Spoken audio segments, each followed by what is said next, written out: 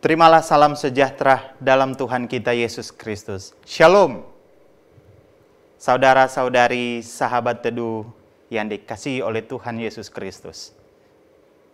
Senang sekali saya boleh menjumpai Anda dalam tayangan Rohani Teduh pada saat ini. Saya percaya kita telah menerima banyak berkat dari Tuhan di sepanjang hari ini. Amin. Dan pada saat ini, saya rindu untuk mengajak Anda semua yang menyaksikan tayangan rohani ini untuk merenungkan firman Tuhan bersama-sama. Tapi sebelum kita belajar firman Tuhan, mari kita tunduk kepala, kita berdoa. Bapa kami yang ada di dalam kerajaan sorga, Tuhan yang kami sembah, sebagai sumber hikmat akal budi yang tak terbatas. Saat ini ketika kami akan merenungkan firman-Mu, penuhi kami dengan Roh Kudus-Mu. Berikan kami hikmat akal budi yang berasal daripada-Mu, supaya kami boleh mengerti, memahami akan firman Tuhan yang akan kami dengarkan dan akan kami baca serta pelajari bersama-sama di malam ini. Biarlah ini semua untuk kemuliaan bagi nama Tuhan. Dalam nama Yesus kami berdoa. Amin. Adapun judul renungan kita pada saat ini adalah menang bersama dengan Tuhan. Saudara-saudaraku dimanapun Anda berada, dalam perjalanan kehidupan ini, kita sedang dalam sebuah perlombaan iman. Rasul Paulus mengatakan bahwa kita sedang dalam perlombaan iman kita. Dan dalam perlombaan ini, kita tentunya mengharapkan supaya boleh menang. Kita tentunya menginginkan supaya dalam perjalanan kehidupan ini kita boleh mencapai garis akhir. Tetapi dalam perlombaan iman ini, saudara, kita tidak boleh lupa bahwa kita diperhadapkan dengan berbagai macam tantangan, berbagai macam pergumulan, berbagai macam rintangan. Semua ini harus kita hadapi di dalam perlombaan iman kita ini untuk boleh mencapai garis finish. Di saat ini, saudara-saudara, saya mau membagikan firman Tuhan yang boleh memberikan kekuatan bagi kita, supaya dalam perlombaan iman kita ini, kita boleh menang, asalkan kita bersama-sama dengan Tuhan. Saya mau mengajak kita untuk merenungkan firman Tuhan, yang saya ambil di dalam buku 1 Samuel pasalnya yang ke-17. Saya ingin membagikan sebuah cerita tentang Daud dan Goliat. Saudara-saudara, cerita ini adalah sebuah cerita yang sangat menarik. Cerita ini adalah sebuah cerita yang salah satu paling terkenal di dalam Alkitab. Mulai dari kanak-kanak, kita sudah pernah mendengar akan cerita ini. Ada banyak pelajaran rohani yang boleh kita ambil dari cerita Daud dan Goliat ini. Satu dari sekian banyak pelajaran rohani yang boleh kita ambil adalah itu yang saya mau bagikan bagi saudara-saudara pada saat ini. Mari kita buka di dalam 1 Samuel 17 ayatnya yang pertama dan kedua. Firman Tuhan berbunyi demikian. Orang Filistin mengumpulkan tentaranya untuk berperang. Mereka berkumpul di Soko yang di tanah Yehuda dan berkemah antara Soko dan Azeka di Efes Damim. Saul dan orang-orang Israel juga berkumpul dan berkemah di lembah Tarbantin. Mereka mengatur barisan perangnya berhadapan dengan orang Filistin. Narasi dalam 1 Samuel pasalnya yang ke-17 ini dibuka dengan pertunjukan dua bangsa yang memiliki kekuatan besar yang saat itu sedang mempersiapkan pasukan mereka masing-masing untuk berperang. Di satu sisi ada bangsa Israel di bawah pimpinan Raja Saul. Di sisi yang lain ada bangsa Filistin. Dan saudara, sudah sejak lama kedua bangsa ini terlibat di dalam pertikaian. 1 Samuel 17 ayat 4 kita diberikan informasi. Lalu tampillah keluar seorang pendekar dari tentara orang Filistin. Namanya Goliat dari Gat. Tingginya 6 hasta sejengkal. Saudara-saudaraku, siapa Goliat ini? Goliat ini adalah salah satu dari keturunan raksasa yang ada di bangsa Filistin. Bangsa Filistin memiliki seorang pendekar yang berasal dari keturunan raksasa, yaitu Goliat. Dan Goliat memiliki tinggi 6 hasta sejengkal. Kalau kita boleh mencari tahu Kira-kira seberapa tinggi dari Goliat ini? Maka satu hasta dalam Alkitab sama seperti ukuran 45 cm, maka dapat dikalkulasikan bahwa 6 hasta sejengkal artinya Goliat memiliki ketinggian fisik atau tubuh kurang lebih 2,7 meter. Hampir mendekati 3 meter. Dan tentunya untuk ukuran manusia dewasa saat ini adalah sebuah ukuran raksasa. Sangat jarang ada orang di dunia saat ini yang memiliki tinggi seperti Goliat ini. Goliat datang dengan atribut perang yang sangat lengkap. Mulai dari ujung kepala sampai ke ujung kaki. Semuanya dilapisi dengan pakaian perang yang sangat lengkap. Dalam 1 Samuel 17 ayat 5-7 disebutkan di sana, ketopong tembaga ada di kepalanya dan ia memakai baju sirah yang bersisik. Berat baju sirah ini 5.000 shikal tembaga. Dia memakai penutup kaki dari tembaga dan di bahunya ia memanggul lembing tembaga. Gagang tombaknya seperti pesah tukang tenun. Dan mata tombaknya itu 600 shikal berbesi beratnya. Dan seorang pembawa perisai berjalan di depannya. Sebagai seorang prajurit yang sudah terbiasa berperang, sebagai seorang yang sudah terbiasa di medan perang, sebagai seorang yang sangat handal sejak dari masa mudanya, Goliat adalah seseorang yang menjadi momok yang sangat menakutkan bagi siapapun yang ada pada saat itu. Saudara-saudara, kalau kita coba untuk mengkalkulasi kembali semua atribut perang yang dimiliki oleh Goliat, kita bisa mendapatkan di sana. 1 shikal itu sama seperti 11,7 gram. Jadi kalau 5.000 shikal, artinya dia memiliki berat 58,5 kilogram. 600 shikal, mata ujung tombak dari Goliat, 600 shikal, itu sama seperti 7,2 kilogram. Saudara lihat, semua atribut yang dipakai oleh Goliat dalam bentuk ukuran yang sangat berat, sesuai dengan posisi tubuhnya yang begitu raksasa.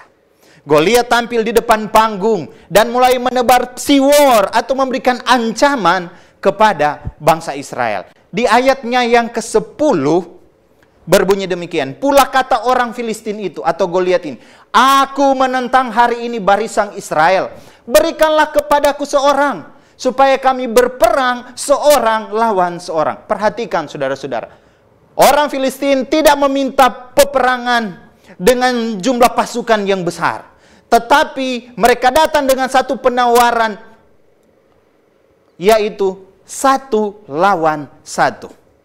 Oleh karena mereka percaya mereka memiliki seorang sosok pendekar yang hebat dalam diri Goliat. Kenapa saudara-saudara? Karena Goliat sangat mahir dan hebat dalam perkelahian 1 lawan 1. Belum ada yang bisa mengalahkan Goliat dalam hal itu. Dan kita bisa bayangkan kira-kira seperti apa ekspresi bangsa Israel ketika mendengar ancaman dari Goliat itu. 1 Samuel 17 ayat 11. Ketika Saul dan segenap orang Israel mendengar perkataan orang Filistin itu, maka cemaslah hati mereka dan sangat ketakutan. Alkitab memberikan kepada kita informasi seperti apa perasaan yang menghinggapi orang Israel ketika Goliat datang dan mengancam mereka. Bahwa mereka diliputi perasaan cemas hati dan sangat ketakutan. Saudara-saudara, bangsa Israel ini mengalami trauma dengan Goliat.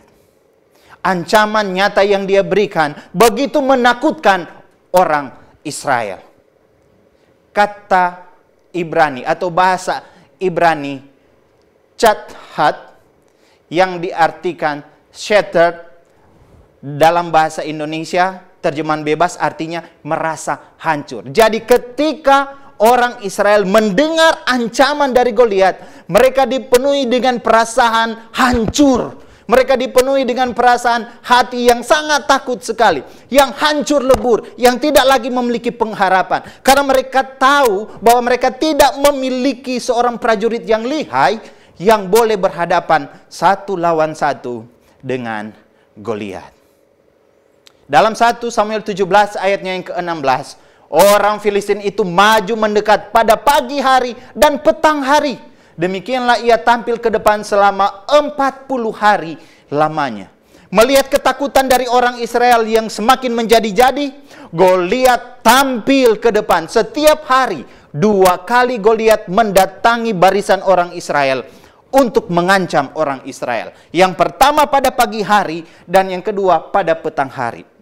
Kenapa Goliat memilih datang 2 kali sehari untuk mengancam orang Israel? Pertama pada pagi hari dan yang kedua pada petang hari. Dan itu dilakukannya selama kurang lebih 40 hari lamanya. Saudara tahu, pagi dan petang adalah waktu bagi orang Israel untuk beribadah, mempersembahkan korban bakaran. Jadi setiap kali orang Israel datang pada pagi hari untuk beribadah, mempersembahkan korban bakaran kepada Tuhan, Goliat tampil di depan dengan menakut-nakuti mereka. Ketika mereka kembali pada sore hari untuk mempersembahkan korban petang, kembali Goliat muncul di sana dan menakut-nakutkan bangsa Israel.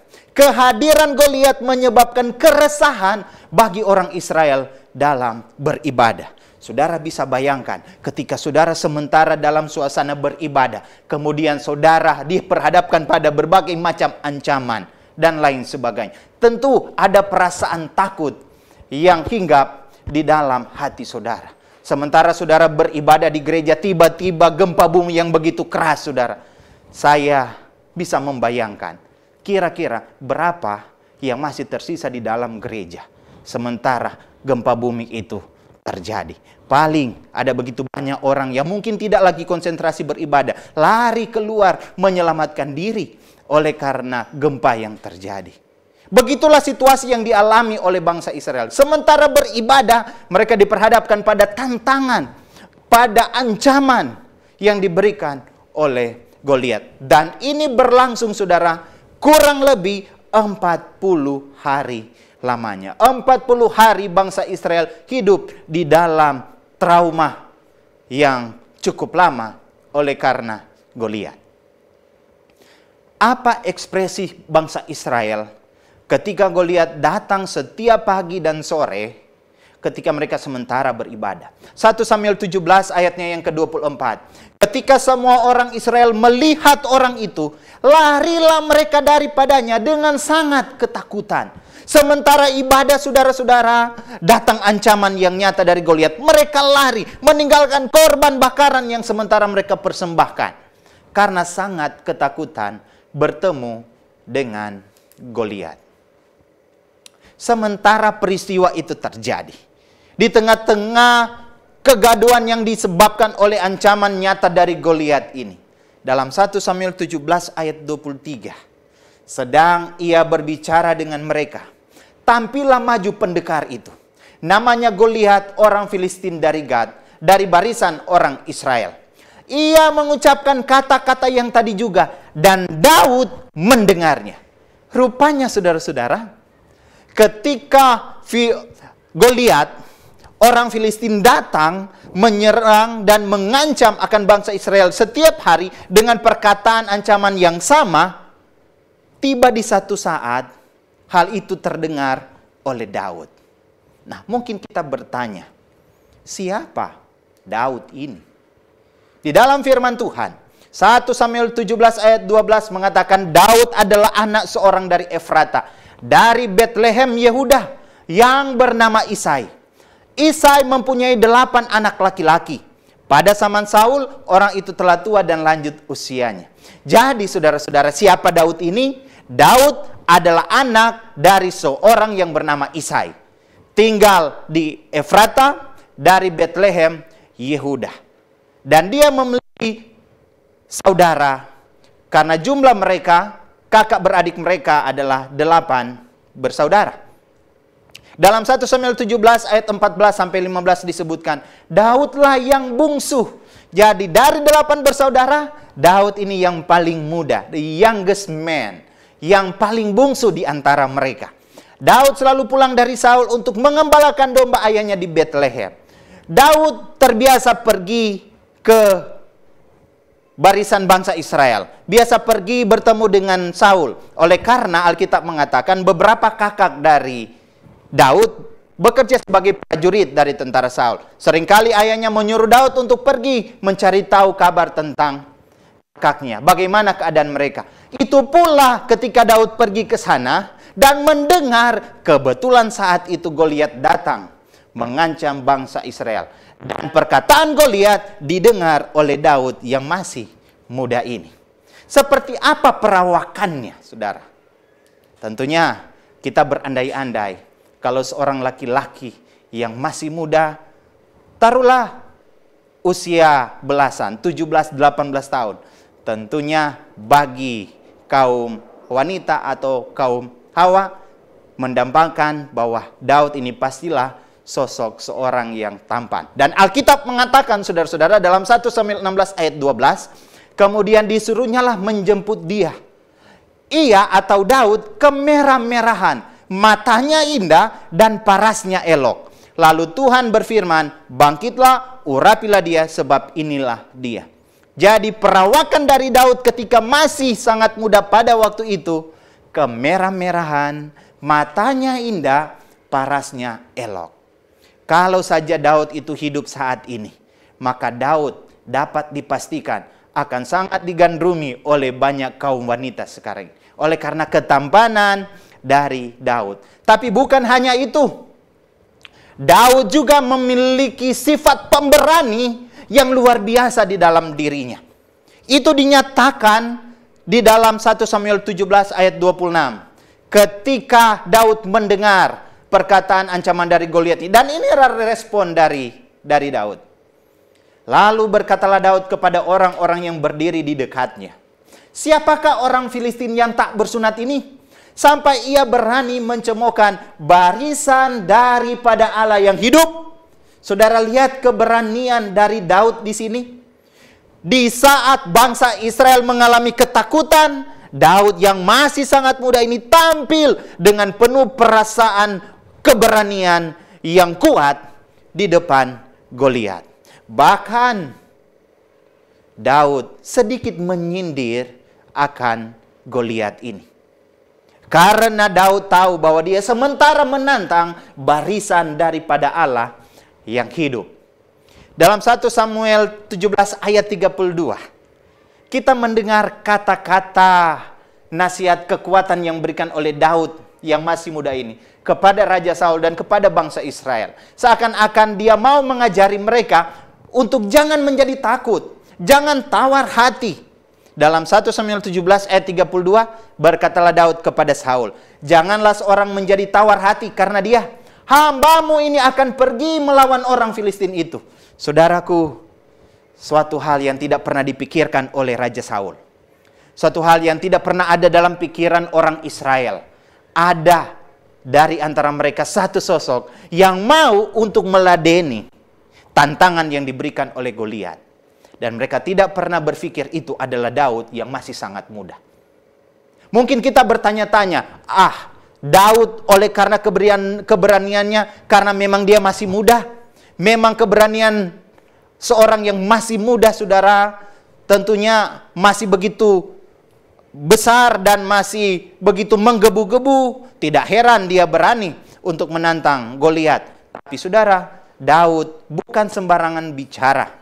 Daud bukan sembarangan berkata untuk pergi menantang Goliat. Daud punya pengalaman sehingga dia memiliki kekuatan untuk menyampaikan perkataan ini kepada raja bahwa dia bisa mengalahkan Goliat. Kenapa? Karena Daud belajar dari pengalaman. Apa pengalaman dari Daud? Dia masih sangat muda. Dia belum pernah terlibat dalam pertempuran. Bahkan tidak ada catatan dalam Alkitab yang menyebutkan dia pernah berkelahi satu lawan satu. Tetapi saudara, ini kesaksian dari Daud. 1 Samuel 17 ayat 34 sampai 35. Tetapi Daud berkata kepada Saul, hambamu ini biasa mengembalakan kambing domba ayahnya. Apabila datang singa atau beruang yang menerkam domba dari kawanannya, maka aku mengejarnya, aku menghajarnya dan melepaskan domba itu dari mulutnya. Kemudian apabila ia berdiri menyerang aku, maka aku menangkap janggutnya, lalu menghajarnya dan membunuhnya. Saudara, luar biasa kesaksian yang diberikan oleh Daud kepada Saul. Ini belajar dari pengalaman yang Daud alami di dalam kehidupannya. Dan singkat cerita, saudara-saudara, Daud memberikan kepada Saul jaminan. Tuhan yang telah melepaskan aku dari cakar singa dan dari cakar beruang, Dia juga akan melepaskan aku dari tangan orang Filistin itu.